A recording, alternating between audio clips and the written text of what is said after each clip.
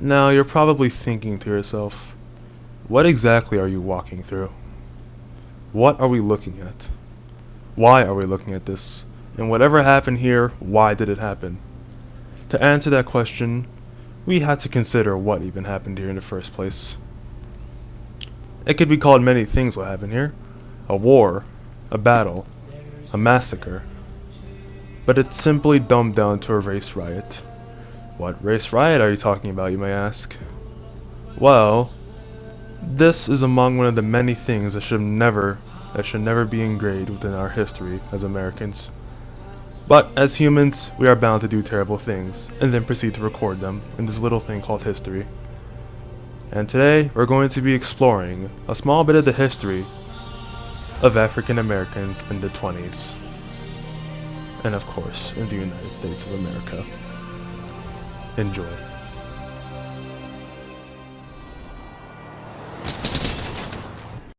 The Tulsa Race Riot.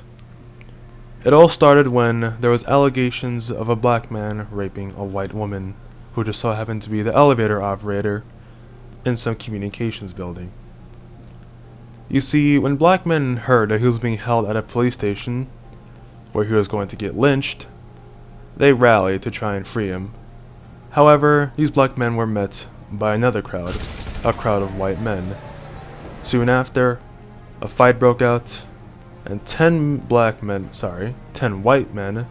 and 2 black people were killed.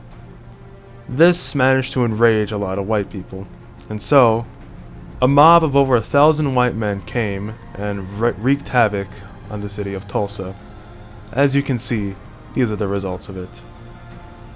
It's safe to say this looks like a total aftermath of a war. While that took place May 31st and June 1st in 1921, something else happened around a year and a half later, in 1923, January 1st, and that thing was the Roseward Massacre. Now to keep it short and simple, I'll say it like this. A mob of white men heard from a white woman that she was raped by a black man, and the black man was hiding out in Rosewood, hiding in a cousin's house. So, what did they decide to do? They went to the cousin's house, and after that, they did a bunch of things, terrible things I'm going to explain in a bit, and they proceeded to pillage and destroy the whole town. So, it went like this. First, they decided to kill the family dog, because they kill dogs. Because why not? It's the family dog. When the mother came to confront them, they killed her too. And after they were done killing her, they burned down the house and then proceeded to wreak havoc on the town, destroying buildings, burning crop, and slaughtering livestock like it was a Friday. I don't know why it has to be like it was a Friday, but still, it just had to be like a Friday. Now of course they didn't have the aid of godlike magic, as you can see here, because, you know, this is the most time-saving reenactment I can do. But yeah, they didn't use godlike magic. But however, even though blacks had a lot of negatives in their history, as you can see here, the true aftermath, they had plenty of positives. And one of their positives was the Harlem Renaissance. Now this all started with the Great Migration.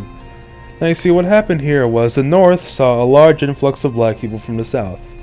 Why, you may ask? Well, it's because 1. Jim Crow laws were segregating blacks from whites. So in other words, the blacks did not have the same rights as the whites. That rhymed. I'm gonna become a rapper. Just you wait. Next, World War I. Now you see, because of World War I, Europeans were killing each other. And because Europeans were killing each other, jobs within the North, mostly factory jobs, could not be filled for immigrants from Europe. Because, you know, they're too busy killing each other. So who would step up to the plate and take those jobs? Well, of course, the African Americans in the South, who were looking to get the ever-loving F out of there. Excuse my, I guess, censored, shortened swearing. I don't know what you can call it. So, one of the communities that saw a large influx of African Americans was Harlem, New York. And because of that, this started what could be seen as, also, yeah, by the way, this was in 1918 through 1930s to 1930s. This could be seen as, well, what is known today as the Harlem Renaissance. Now, the Harlem Renaissance was a literary, artistic, and intellectual movement that gave African American culture a brand new identity, an identity that was far from the terrible identity of slaves that they had earlier, or most likely had earlier. And so, to put it short, African Americans can now be seen as the ones that you would see in Tyler Perry movies. Classy, but still able to go full Sharkeisha on you.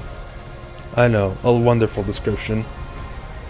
So, yeah, you see, the Harlem Renaissance gave rise to many, and I mean many, musicians that would continue to influence future generations of black artists and musicians that share their rich cultural things.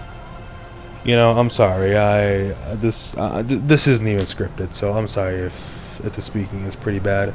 But anyway, I do hope that you enjoyed this little documentary, or informational video, whatever you want to call it, about a brief look into the African American culture within the 1920s, or African American history in the 20s. Now, the negatives I explored in this video are simply a few amongst many, which is unfortunate to say because there should probably be no negatives, but hey, we can learn from those negatives. But one thing we could take away is that amongst all these negatives, there's still a couple positives. And we hope to repeat these positives within our culture today, as a way of saying sorry to African Americans for pretty much dehumanizing them over the course of, I'd say, how many was it? 200 years? And beginning to, I guess you could say, alienate them from our society for another 50 or so. So yeah, guys, that's it for this little informational video. Sorry, I almost dropped something there. So yeah, hope you guys enjoyed this, and if the script, if the talking sounds bad, I'm sorry, but this is like my 30th take, and it's, what time is it? 9:55, so I need my rest. And I'm not taking another 40,000 takes of this video. So you know what? Enjoy your day. And have a nice day. I just said enjoy your day twice pretty much, so yeah, enjoy your day. And this is my third time, so goodbye.